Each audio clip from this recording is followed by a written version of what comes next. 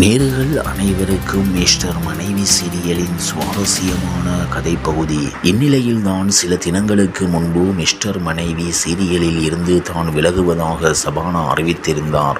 சபானா என்ன காரணத்துக்காக விலகினார் என்பதை பற்றி தெளிவாக கூறாததால் அவருடைய ரசிகர்கள் அவர் கர்ப்பமாக இருப்பதாகவும் அதனால் தான் சீரியலில் இருந்து விலகிவிட்டார் என்றும் செய்திகளை பரப்பி வந்தனர்.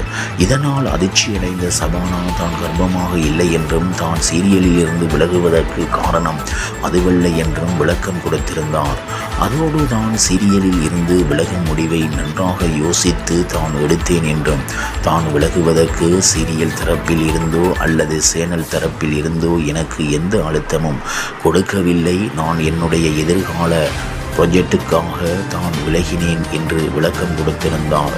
இப்படியான நிலையில் இனி அஞ்சலி கேரக்டரில் யார் நடிக்கப் போகிறார் என்று அப்டேட் கசிந்து இருக்கிறது.